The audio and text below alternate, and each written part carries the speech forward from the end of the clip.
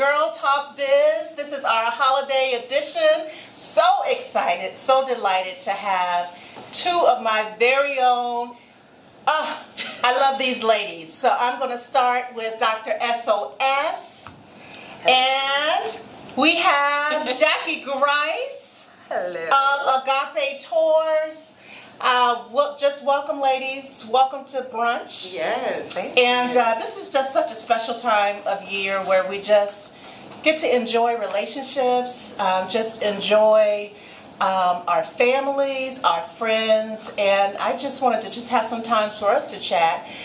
This segment we do just to encourage those who are out there, women, whether you're 5, whether you're 55, 105, just so that you can see the beauty within and also talk about business. And so these are two business leaders in the Hampton Roads area. And so let's just talk. Tell us a little bit about what's going on with the business, Dr. SOS. Oh my gosh, it's a lot going on with the business. It's good stuff, but it's quite a bit. We just did a soft rollout for Wigs for Wellness by Dr. SOS.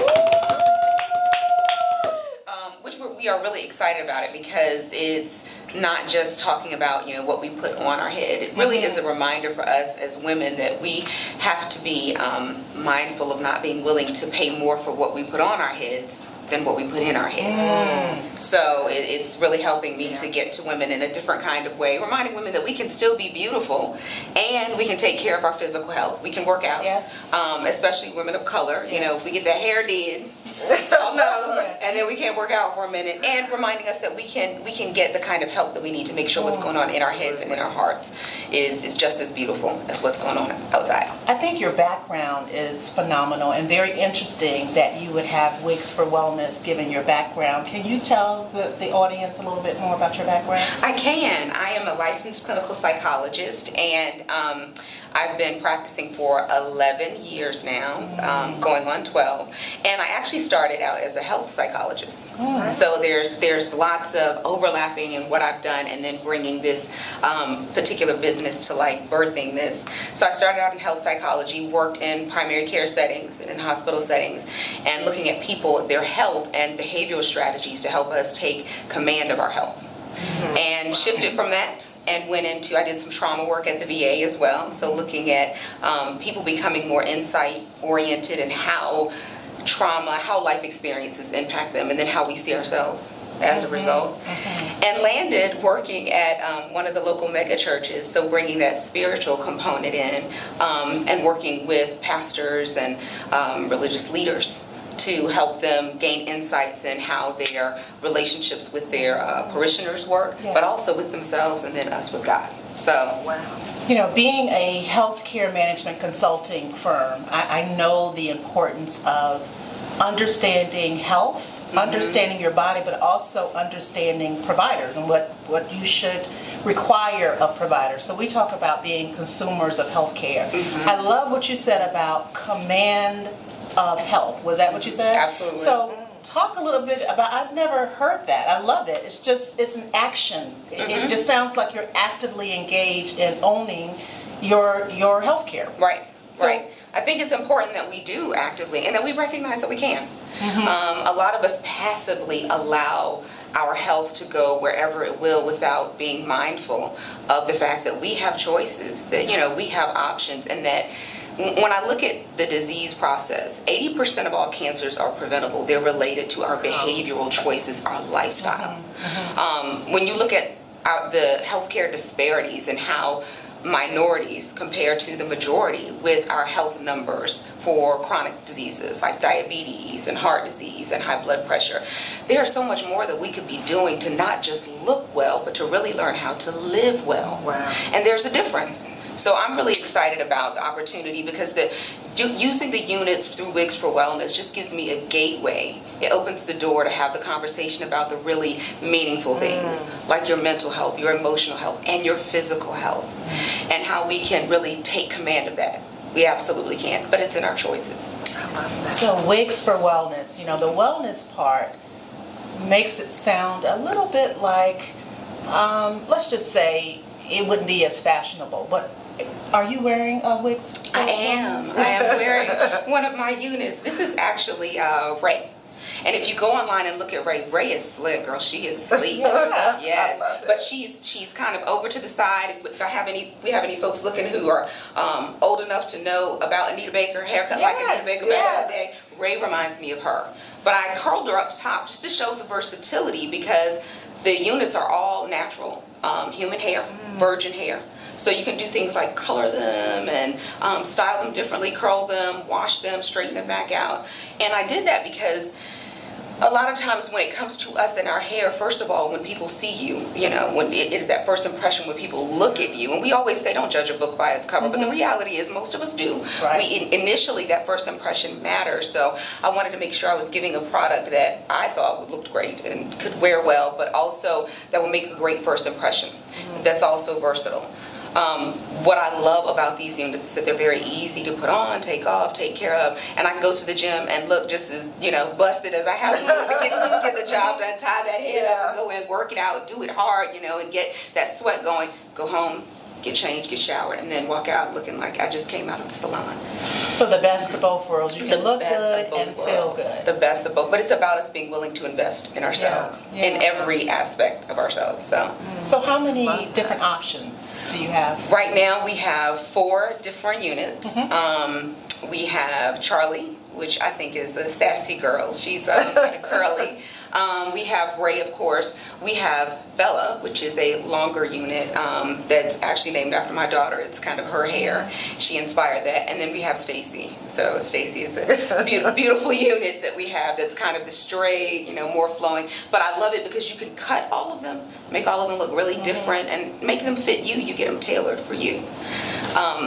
There's some unique things about Wigs for Wellness, which is why I know it was, you know, a God-inspired venture, because there's some things that I wouldn't have thought to do. Wow. One of the things is that a lot of us don't consider what we're putting on our heads and where it's come from. So, so one of the things that's big for me is intention. You know, the intention in which we do things, and intention matters. So thinking about, I don't really know where this came from. And I'm going to put this on my head. And when you think about the head and what's housed in the head, we can replace almost every other major organ if something happens. Heart, lungs, liver. But if something happens to your brain, it's a wrap. It's a wrap. So I don't want to just cover up, you know, who we are as women. I want to serve as a covering of, which looks very different. So I bless every unit. I pray over each one specifically. We also have a small bottle of anointing oil that comes with every unit. And we have inserts that talk about our ability to anoint ourselves. It's just a very different approach. We talk about the whole mission and the vision behind Wigs for Wellness. And there's also a single word of encouragement that's included in every unit. It's just a single word, and whatever that word is, I've been given that it's going to be what that person needs at that time. So the word may be grace, it may be peace, it may be love, it may be forgiveness, it may be deliverance, it may be healing, hope, but it's a single word that's just for that person who's receiving that unit. So it really is about wellness for me. It's about living well and showing people how we can look it and live it. You can walk the walk, talk the talk. You can be true to it. So I'm excited. Like the hairs are like standing up on my arm. I know. I just like. I'm excited. I just want mine. I just want my hair. Spray on my hair. Yes, honey. So Jackie, tell us about Agape Tours. Well, I am CEO of Agape Travel and Tours, and we are a multidiscipline transportation company, and we do everything to move people. That's our thing. We move people, we move the military, both public and private sector, and we do transportation management. So when we see all these big hurricanes and emergency situations that we unfortunately hear about more and more each day, we're the company that the government would go to help logistically move people out of those areas. So incredible. So tell me, what has been your greatest accomplishment since how long have you had the company? The company was started in 2003. And actually my husband started the company. I came on board probably around 2010 and just really grew the company from, like a lot of small businesses, just kind of operating, not really making money, but doing business, to a company that has grossed over $3 million so far. So we're excited about the future of where we're going. Yeah. So what would you say your greatest accomplishment? I heard some cha-ching. Yeah. I heard that. Your greatest accomplishment that you're most proud of outside of the revenue? I would say the thing that really, and I'm going to use your words, that makes my heart sing, would be the fact that we love community and we love to partner with community. I think that's the heart of agape. Of course, agape is the highest form of God's love. And that's just where our heart is. I mean, we want the community to look at us as a partner. Whether you're a small business, whether you have a nonprofit, whatever your cause is, a church, civic organization, we really want you to know that we care about you, we want to be part of it, and it's just so important to us to see someone else thrive as well, and to help the community thrive. So I'm very passionate about that. You know what, as I hear both of you speak, people kind of have an image or an impression of what the person behind a certain business looks like. Like looking at you, I mean, you're just so glamorous. I just would not imagine that you own a bus company. That just doesn't sound like, let me think what I hear. I hear male. I hear just a whole different look. And so I love the fact that we're being able to show young girls and women that we don't have to put ourselves in a box of what we can do. And so there are skills that you have that actually are transferable that allow this business in partnership with your husband to go to new levels. So if you were to give a girl or a woman a piece of advice about maybe 3 skills that you think fundamentally with running any business, or even being a business leader within a company, what would those 3 skills be? Well, one thing that I always say whenever I talk or speak to people is I started out in engineering at the University of Virginia. Yes. So STEM. Yep. So, aerospace engineer. Really? And does this look like? So it's great to see. First day of my thermodynamics class, the professor says, see, now you just showed off. Now you just showed off. Look, he said, a third of this class will fail the class. A third will take it over again and over again. And there's a percentage of this class that will drop out. And I looked around the room and I said, okay, well, we're all at UVA in engineering, so we all qualify to be here. Everybody had their textbooks, everybody was prepared, and I'm looking like, I don't think, what he's saying is true. And by the end of that semester, he was dead on.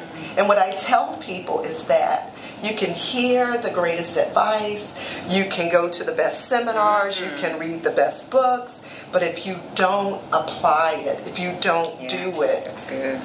Then, you can have everything. The doors can open, but if you don't step into it, if you don't do the work, then it's not going to happen. So my biggest thing is just telling girls and other entrepreneurs is that it's here. That's right. It is really about this, and it's your mindset. And you have to have the mindset to persevere when people say no, and when it looks like you're failing. We were at a point in our business where at one point we had one bus. And I'll never forget, we used to park our buses on the outside of in a parking lot behind our house. And we had this man welding a seat on the bus. And we looked out my husband, he yelled. He was like, "Oh my gosh, the bus is on fire." Oh, wow. The entire bus was inflamed. Oh, wow. Because this man started the fire. We were literally out of business. You know, my husband came to me and said, "Okay, that's it. We're done. We're not going to do this anymore." And I said, "No." I said, "We're still in business. We may not have a bus, but we're still, you have to believe what God has said." And we just held on to that. And years later, we are growing multiple businesses. So yeah. Resilience. Resilience. I hear knowledge, and I hear resilience. Resilience, perseverance, determination, all of those things. And you can't, you just can't think because, hey, I'm in the room, that's all it takes. You have to do the work. Yeah, you have to do the work. Yeah. So as again, we know each other, and so I want our listeners and viewers to also know you as I know some things about you. So I happen to know that you are wives and mothers also. Yes. And that is something that regardless of what audience, every time that I speak or I meet a person who's saying, "How do you do what you do?" The question is, how do you balance being an individual, a woman? How do you keep your man? And how do you take care of these children? Now, so I have 3. You have how many, Jackie? 2. And 3. And 3, right. So multiple children. So we could talk for hours just about the whole parenting piece. Oh, ma'am. So we could talk hours about managing a marriage, and then hours just about our careers and not losing ourselves. But just in the time we have, what would you say are some of your strategies for maintaining those 3 important parts? What do you say, if you could give a secret to your success in those areas, what would that be? I would say, what's important and what's urgent. Sometimes business, the whole thing is, I got to do this. I need to take care of this. But at the end of the day, what's important? Because, 5, 10, 15 years, you have to look in the mirror and say, what's important? Did I put the things that were important up front? So, having your husband and your children and their respect, for you as a mother, a wife, because you could go out in the business world and do all these things, but at the end of the day, if they look at you and say, "Hey, you missed the mark," then, was that worth it? So I try to look at things from that perspective whenever. Prioritization is everything. Oh, yeah. So. What you think, Dr. Stacie? I have learned, and it took me a few years to learn this, so I thank God for grace and mercy and forgiveness, because it did take some time to get there. But I learned that there is a hierarchy to relationships, and I think of it as the kingdom order of relationships. So it's hand in hand with what you were talking about. And for me, it was very hard for me to get a particular relationship in the right space, which made all of the other relationships out of sync. So I've learned that the kingdom order to relationships, for me, it's God first. And then there's the relationship with self.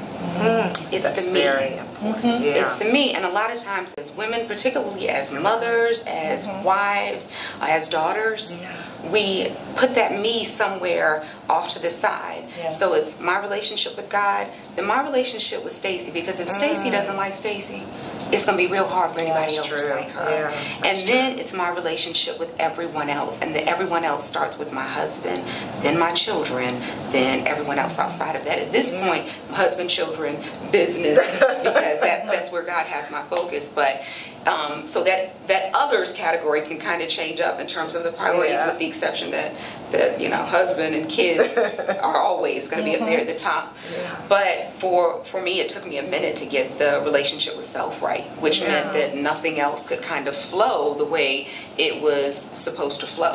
And so it's that kingdom hierarchy to relationships, and when I keep that in mind, then I can tend to manage. The other thing is having a tribe. With family, with so true. spouses. we used to say back in the day, it takes a village to raise kids.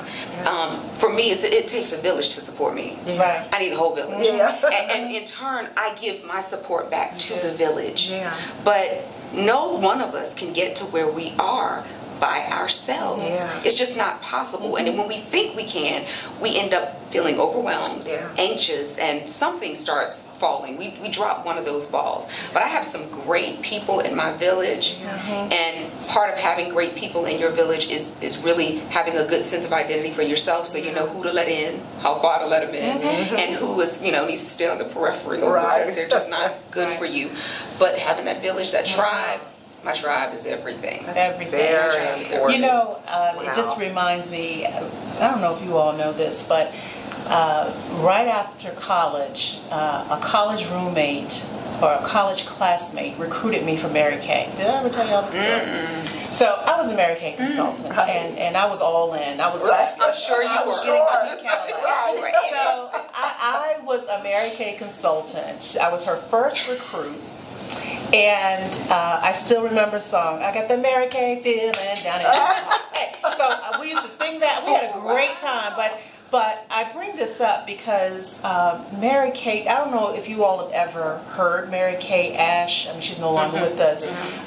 Some of her training is exceptional. And so the philosophy of Mary Kay is God first, family second, and career third. And I was, 21 years old? I never forget that. And I use that to this day as a guiding light for how I run this business.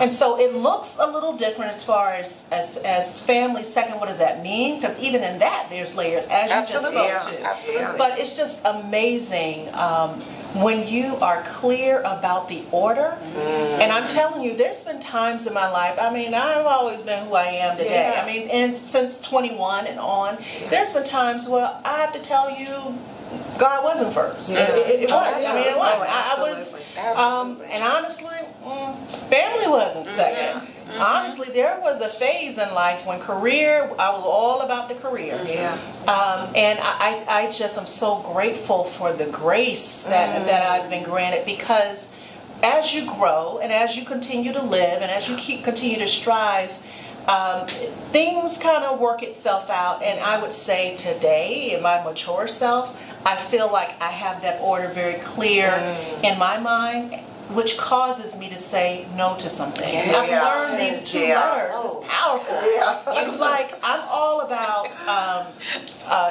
the year of yes, I love. That's one of my books. And making sure that we're open. But being too open and saying yes to everything totally throws things out of alignment if you're not clear with the order of your life. So what you were saying, and that principle just reminded me of that story, and didn't realize y'all didn't know I was a Mary Kay consultant. So it was more than the lipsticks for me. Absolutely. It was about some solid training that I use today, and that's why I say to everyone, whatever your current circumstances, it's amazing the things that you will remember that you can use in the future. So it's so important that you grow where you're planted, that you really just observe everything around you and get the most out of that, because you can't get that moment back. So you might as well milk it for all you can get and learn from that. So what are your plans for the holiday? So for Christmas, we are sailing somewhere. I don't even know where, but we're on, I think we leave like the 23rd, and we'll be there the week of Christmas. So the whole family? The whole family. Okay. Yeah. So that is our plans for Christmas, and I want to see Hamilton. I haven't seen Hamilton. So that's something that I want to do over the holiday. So I'm excited about that. Hamilton is all of that. We just went for the second time. I took the kids this time. The first time it was 3 generations: my mother, Anissa, my daughter, and myself. Wow. And so Wow, this time we just came back with with the kids. They loved it. I could see it again. I'm excited. Okay, it's good. Phenomenal. So what you have going on for the holiday? Family, all family. We're going to be traveling a little bit between that break, Thanksgiving and Christmas, and I usually do, the past couple of years I haven't done, but I used to do this great Christmas brunch. And it started because my kids would, Christmas Day, they're just ripping open the packages, and it's like, okay, come on, get dressed, pack that up, we gotta go. We need to go see your grandparents, and you can see the faces like, I love them, but right now, really? So I started doing a Christmas brunch where the grandparents could get up and come over, both sets, since they're local, which we love. And my in-laws will actually get up early enough some Christmases to see the kids open their gifts, so they can be there when they wake up, and then they'll leave, and then they'll come back for the brunch. So I hadn't done it in a couple of years, and I got my little people looking at me like, yeah, about that brunch. Yeah. So I'm kind of excited to do it this year. So you do all the cooking? You know, I talk about that tribe. She answered that. I do much of the cooking because they're family things. You know how your family says there's certain things you make, and it's like, no, Mom, you got to do potatoes, and we got to have your waffles, and so, and then I have a couple of other helpers who come in my tribe. So do you cook every day? Every day. Every day. Did you say every day? Yeah. No, I don't cook every day.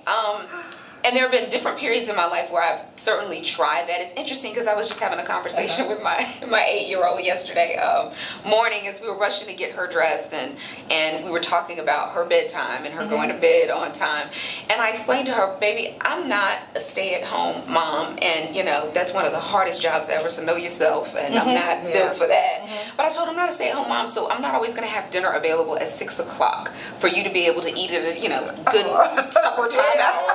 And then go to bed, at 8:30. So we have to think about how we can come up with creative ways to make sure you get what you need, even if I'm not here. Yeah. And again, that tribe comes in. So I don't cook, but I've been blessed and fortunate enough, not every day, to have a specific person I can call on and say, hey, but between my good girlfriend who will come over and whip up meals for the week for me. Oh, really? Wow. Yes, she's a godsend, but you can't have her. She's mine. Really? And then sometimes my mom will cook, and I live one neighborhood over from my mom, very strategic. She will cook, and she'll call and say, hey, I've made this, why don't you come over, or do you want to just drop the kids off, or you want your dad to go pick the kids up? So I know I have a very blessed life in terms of not being able to do everything that I'd like to do, but God always giving me resources to help me get myself and my kids back to Him as the source, even if that's through breaking bread and having a good healthy meal. I love that. Yeah. So many women in the workforce, they really struggle with the fact that they can't do it all. So are you okay with that? Are you okay with asking for help? I've gotten much better at it. Okay. I've gotten much better at it, especially if you have children. You start seeing that, as moms, we want their needs to be met. Yeah. And at some point, my kids' needs started to override my sense of pride. Because that's what it boiled down to. It's pride. Now, for some people, because my best friend, she finds it difficult to ask for help, or she won't ask for help. And part of that is because she's waiting for the no. She's expecting the no. And when people aren't there, her thoughts are like, okay, well, I'll just do it myself. I'll just handle it myself. But that gets us caught out there where we're by ourselves trying to do everything, which you are going to come undone. You can't. We weren't built for that. We weren't designed to do it alone. But it also doesn't give people the opportunity to say yes. So I had an epiphany years ago. My in-laws, my mother-in-law has taught me some valuable lessons. But when I'm being, real honest, our relationship started out pretty rocky.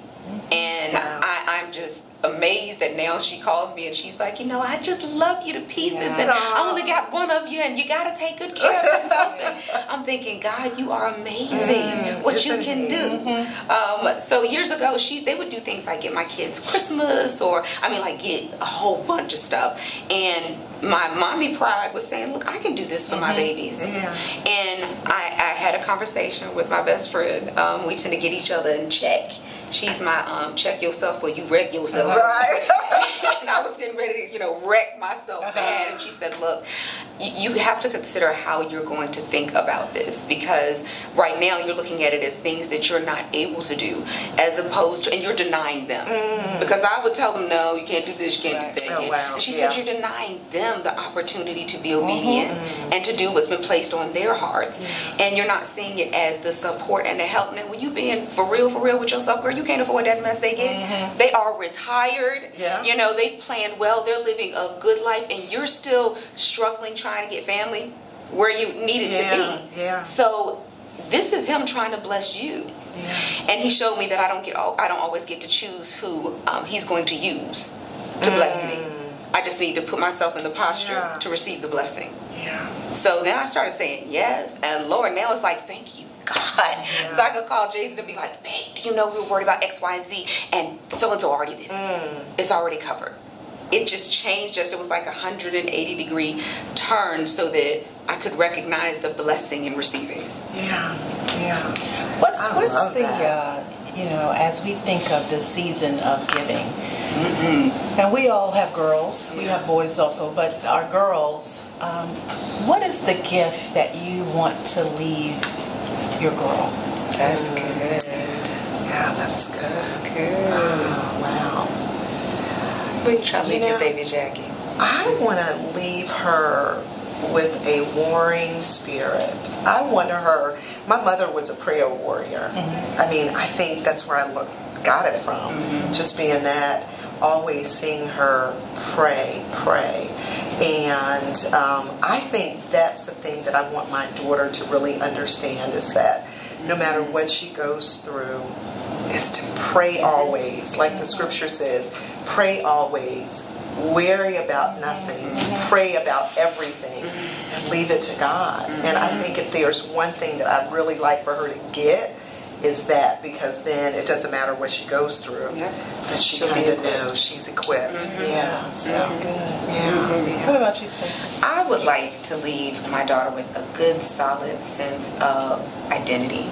Her self-identity. I love that. Some of my biggest struggles have been, me not knowing who I am, and then that leads to not knowing your worth. And then you allow yourself to be put in circumstances and situations, or you put yourself there, because truthfully I put myself in some stuff that, looking back on, if I knew then what I know now, hindsight is 20/20, but being able to help my daughter start understanding that now, so that she can develop appropriate boundaries, so that she can feel confident in standing her ground when something is inconsistent with who she says she is, with who God says she is. She can start staying firm in that and not be moved trying to be with the crowd, trying to fit in somebody else's definition of who she is. Not even mine. Not even mine. And I recognize as a mom, she's only 8 now. When I think about how old I was when I had her, I like to say Jesus got jokes. But he really showed me that I needed to have her later in life so that I could be grounded and, recognize my own identity. And if there's one thing I can leave my kids with, it is that solid sense of who they are, whose they are, and where he wants to take them, so to make themselves available to go wherever he leads. Identity is big for me. I love that. That's absolutely. Well, on that note, cheers. Cheers. Wishing you all a happy holiday. For our listeners and viewers, we wish you all a happy, safe, healthy holiday, regardless of where you're going to be. We hope that you surround yourself with love, and that you look forward to a new year, 2019. Bye-bye. Bye.